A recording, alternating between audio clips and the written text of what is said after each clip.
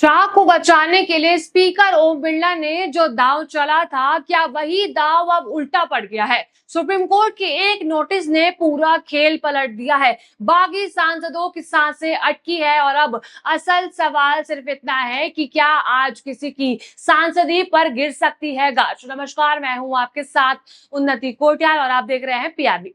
दोस्तों सोचिए, संसद का सत्र खत्म हो चुका है। सत्ता पक्ष को लगा कि सबसे बड़ा तूफान पीछे छूट गया है। कुछ फैसले हो गए हैं, कुछ चेहरे बच गए और कुछ सवालों को वक्त के हवाले कर दिया गया। लेकिन अगर यही समझ सबसे बड़ी भूल साबित हो जाए तो क्या होगा? क्योंकि जिस मामले को संसद के भीतर दबा हुआ माना जा रहा था, अब वही मामला सुप्रीम कोर्ट के दरवाजे तक पहुंच चुका है और अदालत से आया एक नोटिस सिर्फ एक कागज नहीं है। ये नोटिस कई राजनीतिक समीकरणों को हिला भी सकता है। ओम बिरला की भूमिका पर सवाल है, बागी सांसदों के भविष्य पर सवाल है और सबसे बड़ा सवाल ये है कि आखिर जिन सांसदों को लेकर इतना बड़ा राजनीतिक खेल खेला गया है, उनका अगला ठिकाना क्या होगा? क्या अब कुछ सांसदों की सांसदी पर संकट मंडरा सकता है? क्या लोकसभा अध्यक्ष के लिए आने वाले दिन और मुश्किल होने वाले हैं? और क्या बंगाल से शुरू हुई ये कहानी दिल्ली की सत्ता के समीकरणों तक पहुंचने वाली है? आज की रिपोर्ट में सिर्फ संसद की नहीं, आज की रिपोर्ट में सत्ता, स्पीकर, बागी सांसद, सुप्रीम कोर्ट और बदलते राजनीतिक समीकरणों की बात होगी। देखिए, संसद का सत्र खत्म हुआ लेकिन कहानी नहीं दोस्तों। मानसून सत्र खत्म हो गया, संसद के भीतर हंगामा हुआ, आरोप प्रत्यारोप हुए, सरकार और विपक्ष आमने सामने आए और कई मुद्दों पर जबरदस्त टकराव देखने को भी मिला। लेकिन इस पूरे घटनाक्रम में सबसे महत्वपूर्ण सवाल ये है कि क्या संसद की कार्रवाई खत्म होते ही राजनीतिक विवाद भी खत्म हो जाते हैं? क्योंकि संसद के भीतर जो सवाल अनुत्तरित रह गए, उनमें से कुछ अब न्यायपालिका के सामने पहुंच चुके हैं और यही वो बिंदु है जहां से पूरी कहानी नया मोड़ लेती दिखाई देती है। विपक्ष का आरोप है कि सदन को चलाने की जिम्मेदारी जिस पद पर होती है, उस पद की निष्पक्षता को लेकर सवाल खड़े हुए हैं। तो दूसरी ही तरफ सत्ता पक्ष का अपना तर्क है, लेकिन राजनीति के केवल तर्क नहीं चलते हैं, दस्तावेज चलते हैं, नियम चलते हैं, संविधान चलता है और आखिर में अदालत का फैसला चलता है। अब आइए उस चेहरे पर जिसकी भूमिका इस पूरे विवाद में सबसे ज्यादा चर्चा बटोर रही है, लोकसभा अध्यक्ष ओम बिरला। देखिए, स्पीकर का पद कोई सामान्य राजनीतिक पद नहीं होता है। ये वो कुर्सी है जिससे सदन की कार्रवाई को निष्पक्ष तरीके से चलाने की जिम्मेदारी दी जाती है। यानी सत्ता पक्ष हो या विपक्ष, स्पीकर की कुर्सी से उम्मीद यही की जाती है कि नियम सबके लिए एक जैसा हो। लेकिन विपक्ष लगातार सवाल उठाता है कि कई मौकों पर सदन की कार्रवाई को लेकर फैसले जल्दबाजी में किए गए हैं। आरोप यहां तक लगाया गया है कि महत्वपूर्ण मौकों पर पर्याप्त चर्चा के बिना ही विधायी कामकाज आगे बढ़ा दिया गया है। अब इन आरोपों की राजनीतिक व्याख्या अलग अलग हो सकती है, लेकिन सवाल यही है कि क्या संसद में संख्या बल ही सब कुछ होता है या लोकतंत्र में पर्याप्त बहस और प्रक्रिया भी उतनी ही जरूरी होती है? अब यही सवाल आज की पूरी रिपोर्ट का केंद्र भी है। देखिए, आखिरी दिन का घटनाक्रम क्यों बना चर्चा का विषय? दोस्तों, सत्र के आखिरी दिन का घटनाक्रम भी राजनीतिक चर्चा का विषय बना हुआ है। सत्ता पक्ष के बड़े नेताओं की मौजूदगी, राष्ट्रगान और उसके बाद सदन की कार्रवाई का जल्द समाप्त होना, इन सबको लेकर विपक्ष ने सवाल उठा दिए हैं। विपक्ष का आरोप है कि अगर कुछ मुद्दे सदन में उठने थे तो उन्हें पर्याप्त समय देना चाहिए था। अब ये फैसला नियमों के तहत सही था या नहीं, इस पर अंतिम राय संबंधित संवैधानिक प्रक्रिया और अदालतों के स्तर पर ही बन सकती है। लेकिन राजनीति का सवाल यह है कि अगर सब कुछ इतना सामान्य था तो फिर इस पर इतना विवाद क्यों हुआ? अगर विवाद सिर्फ राजनीतिक था तो मामला अदालत तक क्यों पहुंचा? और यही वो सवाल है जिससे समझना हमें बहुत ज्यादा जरूरी है। अब हम आते हैं उस हिस्से पर जिसने इस पूरे विवाद को और ज्यादा गंभीर बना दिया है, बागी सांसद। देखिए, राजनीति में किसी पार्टी से अलग होना एक बात होती है, लेकिन किसी दल के टूटने, सांसदों के एक समूह के दूसरे गुट में जाने और फिर उस समूह की संवैधानिक या संसदीय मान्यता को लेकर विवाद होना, ये कई बड़ा मामला है। क्योंकि यहाँ सवाल केवल पार्टी की राजनीति का नहीं होता है, ये सवाल होता है कि कौन असली दल है, किसके पास संगठन का अधिकार है, किस गुट के पास वैध समर्थन है और सबसे महत्वपूर्ण, किस आधार पर सांसद अपनी सदस्यता बरकरार रख सकते हैं। यही कारण है कि जब इस पूरे विवाद को लेकर सुप्रीम सुप्रीम कोर्ट का दरवाजा खटखटाया गया तो मामला अचानक राजनीतिक बयानबाजी से निकलकर संवैधानिक बहस के क्षेत्र में पहुंच गया। अब यहाँ कहानी के सबसे बड़ा ट्विस्ट आ जाता है।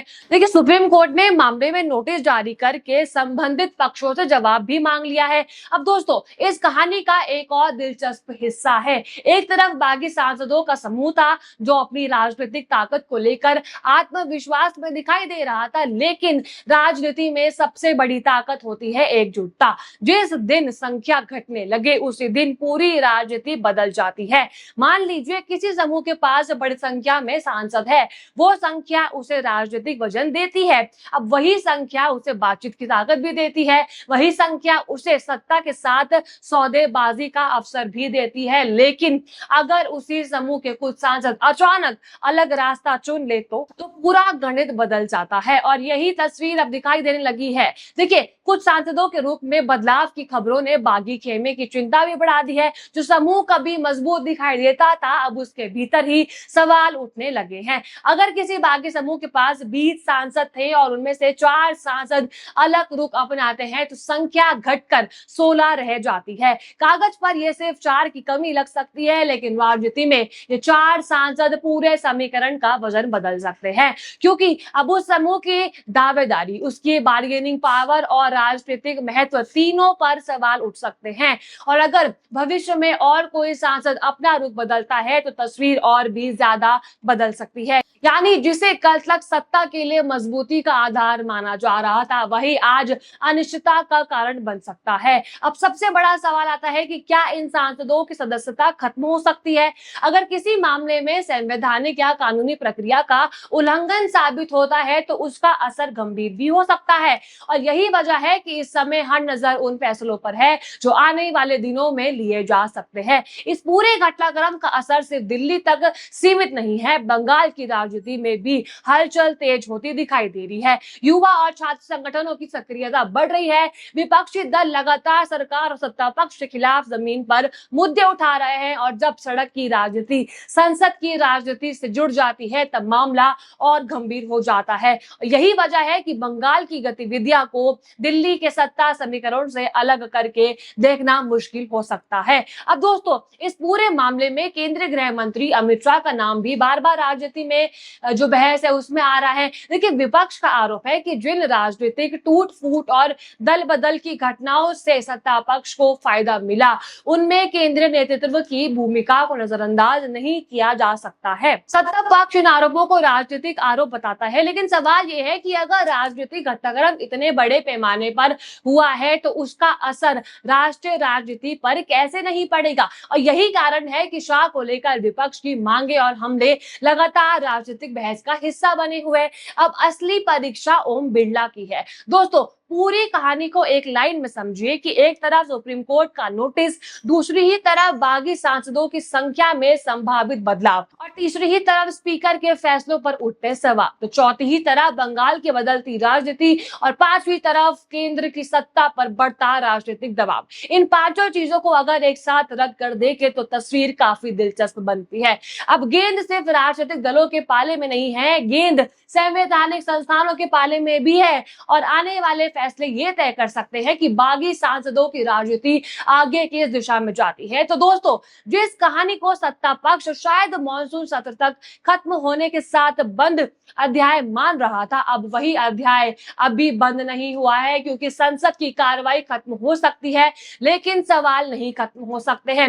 राजनीतिक बयानबाजी खत्म हो सकती है लेकिन कानूनी प्रक्रिया चलती रहती है। और सबसे महत्वपूर्ण संख्या बल आज आपके साथ हो सकता है, लेकिन राजनीति में कल का गणित हमेशा आज जैसा नहीं रहता है। अब देखना यह है कि सुप्रीम कोर्ट को प्रक्रिया आगे क्या मोड़ लेती है, बागी सांसदों में से कौन किसके साथ खड़ा रहता है, ओम बिरला इस पूरे विवाद पर क्या कदम उठाते हैं और क्या बंगाल से उठने वाली राजनीतिक हलचल दिल्ली की सत्ता तक पहुंचती है। क्योंकि इस कार्य में अभी कई किरदार बाकी है, कई फैसले बाकी है और शायद सबसे बड़ा राजनीतिक ट्विस्ट भी अभी बाकी है। आपको क्या लगता है, क्या स्पीकर के सामने अब सबसे बड़ी चुनौती बागी सांसद सांसदों के मामले में फैसला लेने की है, या फिर क्या सुप्रीम कोर्ट का हस्तक्षेप इस पूरे मामले की दिशा बदल सकता है? और क्या बागी सांसदों की घटती संख्या केंद्र की राजनीति पर असर डाल सकती है? आपको जो भी लगता है आप अपनी राय कमेंट में जरूर लिखिएगा। और अगर आपको वीडियो पसंद आई तो लाइक करें, शेयर करें और बने रहिए पीआरबी के साथ। धन्यवाद।